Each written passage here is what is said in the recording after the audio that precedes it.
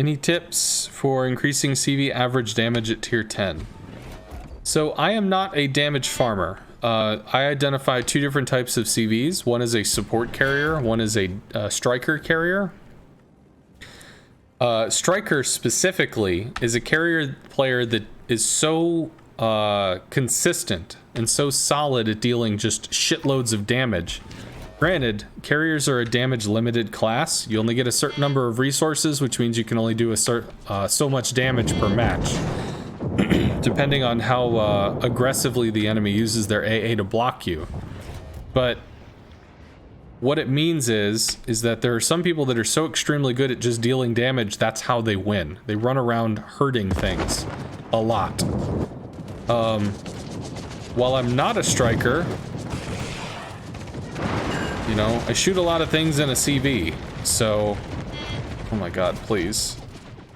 Can we hard turn on this? We might live long enough to shoot. Maybe?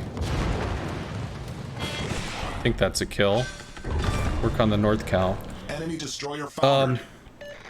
The first thing for increasing your damage, don't miss, which sounds kind of dumb. Your midway has 63% win rate after 100 games, but only 80,000 average damage. Most likely, Richmond, what you're doing is hunting destroyers. If you're not dealing very much damage, you're probably attacking ships that you don't deal very much damage to. But if you have a high win rate, it's probably because you're exerting a lot of influence on the ships that have less health. If you're not doing a lot of damage, I mean. So like if you bomb a battleship, you'll bomb for like 16 to 20,000 in the midway. You bomb a destroyer, you're gonna hit for like 4 to 10. There's a difference there. So if you don't have a lot of damage, it's probably because you're focusing on low damage influence plays, which is okay. It's a good thing to do. But if you're specifically trying to get damage, then you need to focus on hitting every time you shoot with everything you can. You also need to work on your resource to damage ratio. How many planes do you lose to do how much damage? You come out with torps. You torp something, you deal 20,000 damage, but you lose 6 planes doing it.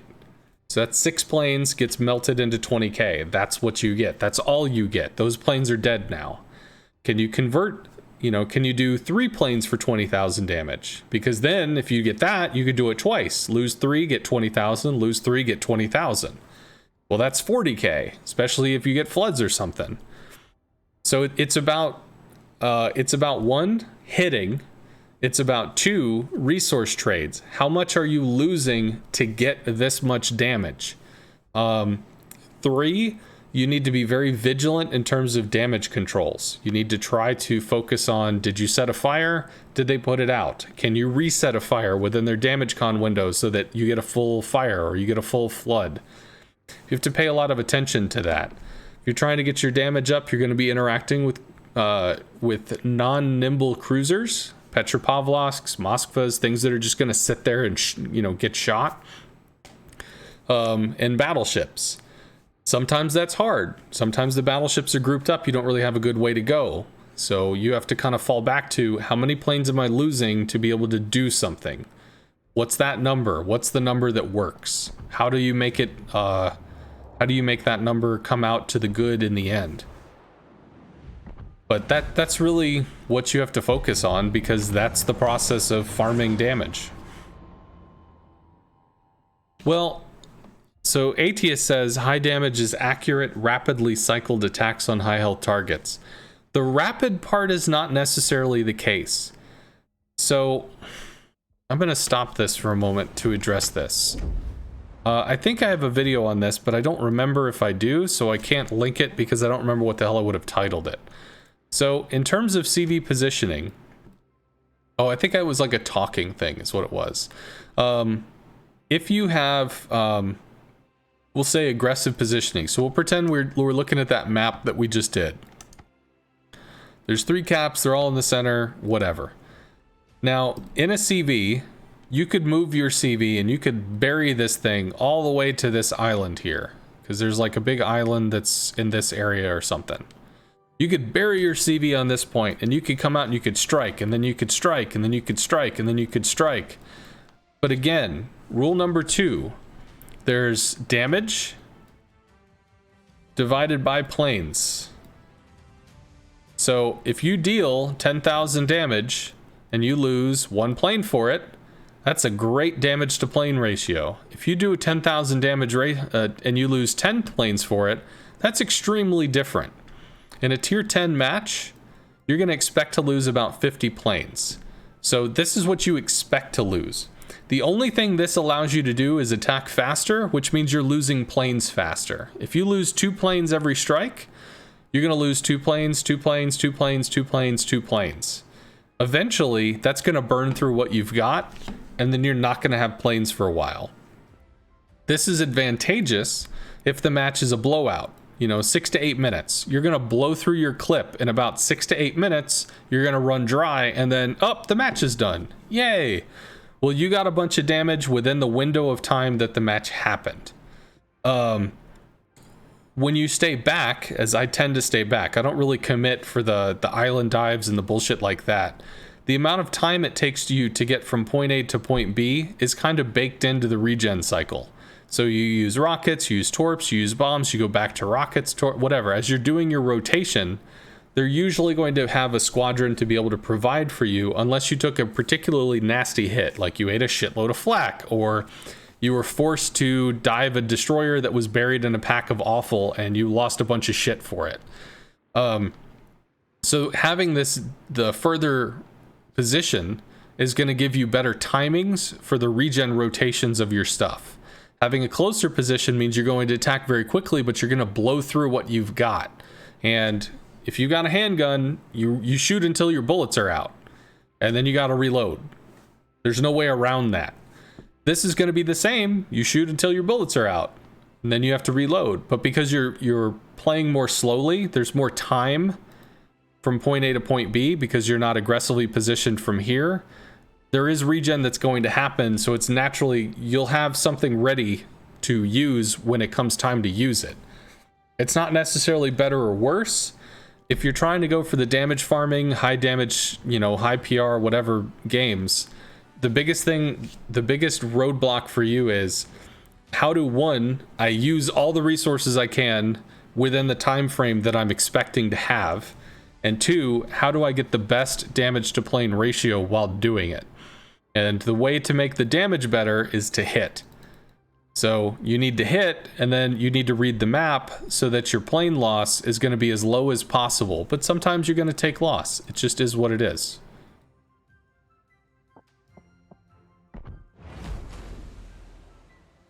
Good playing with you. Yeehaw, Zolm. Rapidly cycled attacks spend less time in AA, take less damage overall, and heal more damage.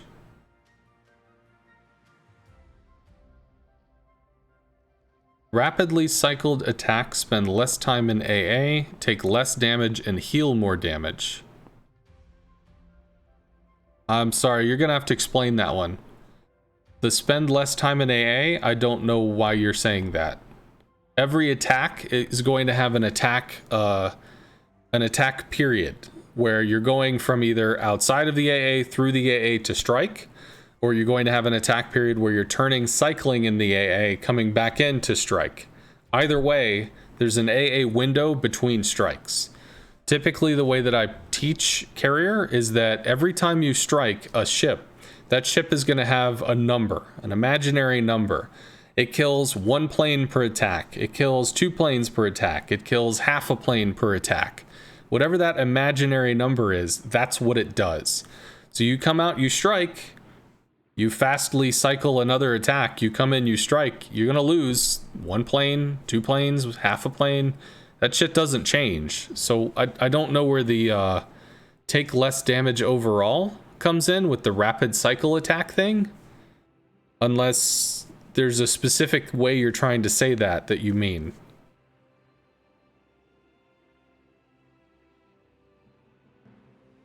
So if you're close, you tend to have boost available. You boost in, attack, and bail. No turning around. Meaning you attack and then you recall. Every time you bail and return, any planes get healed.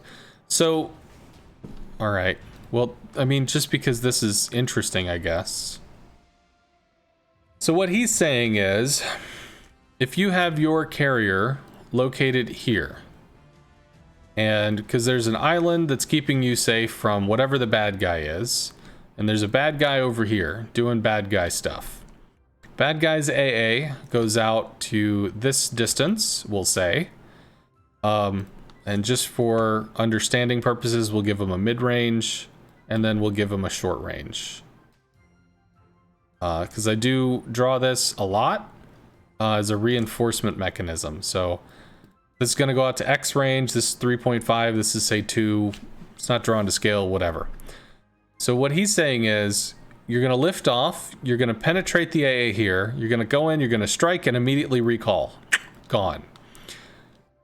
So you take some damage, come back, whatever. The planes go immune. They come back. They fly. They heal. You do it again. You cycle. Back, back, back, back. Over and over and over again. The reason why I think this is deceptive is the way that, again, the way that I preach AA. When attacking this ship, easy numbers. You lose 1 plane. So if you attack this ship, you lose 1 plane coming in. You turn around and you attack this dude again. It's a really good chance you lose 1 plane over here as well. So instead of going single attack, return, single attack, return, single attack, you're losing 1 plane per attack over and over and over again. The fact that they came back and healed in case you touched some flak or some of the planes were yellow or something, you lose 1 plane per attack. If there are multiple ships, so this one does 1 plane, this one does 1 plane, then cumulatively use 2 planes per attack over and over. Lose 2, lose 2, lose 2. The best part about the fast cycling is going to be there's a reload cooldown. So if you're coming in, you attack, which means you're just going through 1 prep phase, you make a shot. Prep phase roughly 4 seconds. After you've attacked, you're going to have a reload phase of approximately 4 seconds, followed by a prep phase of 4. So you have 8 seconds of potentially coming in and lingering in AA, unless you're able to get out, and then come back in and make a follow-up strike. So in this case, yes, you do linger more, but often people use priority sector on one side, so they deal some damage coming in. The other side is weakened a little bit. It kind of works out that you expect to lose roughly the same amount of shit that when you came in the first place. I don't necessarily see the difference here. Every attack you make, you lose X, which means you're going to slowly whittle down what you have over and over and over again until you don't have stuff anymore. We have a video with the Endom that really demonstrates this. That's because the Endom has slingshot mechanics. The slingshot mechanics have been removed from the game. Offensive slingshotting doesn't matter anymore. For the Indomitable, it does. That is the one carrier that was designed by the game developers to use offensive slingshotting. The other carriers had it removed because it avoided the AA interaction in a way that was not considered healthy, so it was removed from the game. The Indomitable has 2 attacks per squad, meaning basically that it can pre-drop 1 attack, go into a slingshot animation, and then drop. That's what it does. So I realize that it might look like that, ATS, but the Indom was literally designed in a different way than other carriers because basically Wargaming increased the drop, they slowed the drop timing on the bombs. And when they did, players immediately thought, oh, fuck, this is pretty cool. We could do this now. And they came up with slingshotting. And well, unfortunately, that did not work very well. It didn't work in a healthy way with already existing carriers. So they got rid of it, but at the same time, the game devs probably thought, well, at the same time, this is kind of a cool mini game, right? So they designed a carrier that used the mini game as its own little, like, kind of interesting play mechanic. Because sometimes you have happy accidents. You didn't mean for it to come out that way, but, oh, shit, it did. That's kind of cool.